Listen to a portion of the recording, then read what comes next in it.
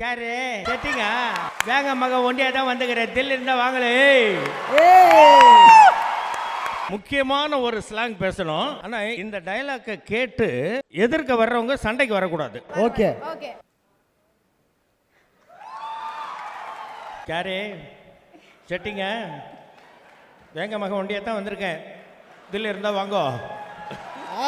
Sir, எல்லார் வீட்லேயும் அப்பாக்கள் சொல்கிறத உங்கள் வீட்டில் உங்கள் பொண்ணு சொல்கிறாங்க. பைக் கிடைச்சோடனே வீட்டிலே இருக்க மாட்டீங்களாமே, சுற்றிட்டே இருக்கீங்களாமே. சுத்துறதுக்கு தானே வாங்கி கொடுத்துருக்குறாங்க. வீட்டில் சும்மா வச்சுக்கிட்டு இருந்தாக்கா அப்புறம் என்னத்துக்கு? வாங்கியும் கொடுத்துட்டு கம்ப்ளைண்டும் பண்ணா எப்படி? இல்லை, அது அப்படியே வீட்டில் வச்சுருந்தா. தமிழில் ஒரு பழமொழி இருக்குது, அறுக்க மாட்டாதவன் கழுத்தில் 58 கருக்கருவான்னு. அந்த மாதிரி இருக்கக்கூடாது. பைக்கு வாங்கி கொடுத்தாங்களா, சரி கார் எடுக்க வேண்டாம், ஜாலியாக ஊரை சுற்றிக்கிட்டே இருந்தால் பழைய ஞாபகம்லாம் நினைவுக்கு வரும் இல்லையா? பழைய ஞாபகங்களா? ஆமாம் ஆமாம். இப்போ தான் உங்களை பற்றி பேசினேன். நீங்கள் நிறைய வாய்ஸ் மாடுலேஷன்ஸில் நேட்டிவ் ஸ்லாங்ஸ்லாம் செமையாக பிக்கப் பண்ணுவீங்க. அந்த பல ஸ்லாங்ல ஏதாவது ஒரு 3 ஸ்லாங் எங்களுக்காக பேசி காட்டுங்க. எந்த டயலாக் பேச போறீங்க? எது வேணா பேசலாம், அதை பற்றி ஒன்றும். லேட்டஸ்ட்டாக ஒன்று சொல்லவா? சொல்லாமா? கியாரே செட்டிங்கா அந்த டயலாக் பேச முடியுமா? சென்னை தமிழில் பேச முடியுமா? அதுக்கு வாய்ஸே மாற்றணும். வாய்ஸே மாற்றணும். யாரு செட்டிங்க வேங்க மக ஒண்டியா தான் வந்துக்கிறேன். தில் இருந்தா வாங்களே.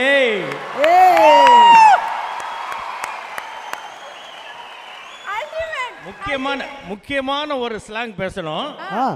ஆனா இந்த டயலாக்கை கேட்டு எதிர்க்க வர்றவங்க சண்டைக்கு வரக்கூடாது. சண்டைக்கு வரக்கூடாது. வரக்கூடாது. Okay okay.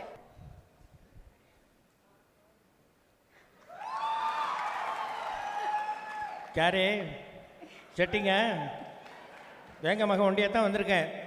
தில் இருந்தா வாங்கோ. Thank you sir. சின்ன பாப்பா பெரிய பாப்பா இருக்கட்டும், இல்லை ஷாஷாங்க் ரிடெம்ப்ஷன் தமிழில் பார்க்கும்போது மார்கன் ஃப்ரீமன் எனக்கு வாய்ஸ் கொடுத்ததா இருக்கட்டும், பேட் பாய்ஸ் தமிழில் பார்த்தா அங்கே கலக்குறீங்க.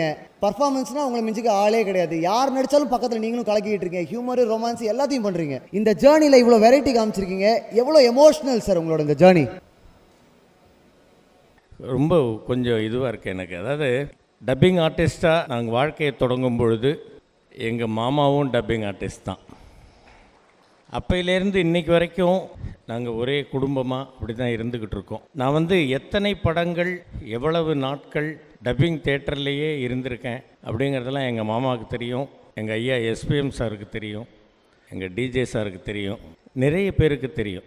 அதற்கு பிறகு இந்த இடத்தில் நான் நினைவு கூறுவதற்கு நிறைய பேர் இருக்கிறாங்க. என்னுடைய நண்பன் ராஜு ஈஸ்வர், சின்ன பாப்பா பெரிய பாப்பா டைரக்டர் SN சக்திவேல், அதுக்கு அப்புறமா எனக்கு வாய்ப்பு கொடுத்த எத்தனையோ பேர், எல்லோருக்கும் நான் இந்த மேடையில் என்னுடைய சிரம் தாழ்த்தி என்னுடைய வணக்கங்களை தெரிவித்துக் கொள்கிறேன்.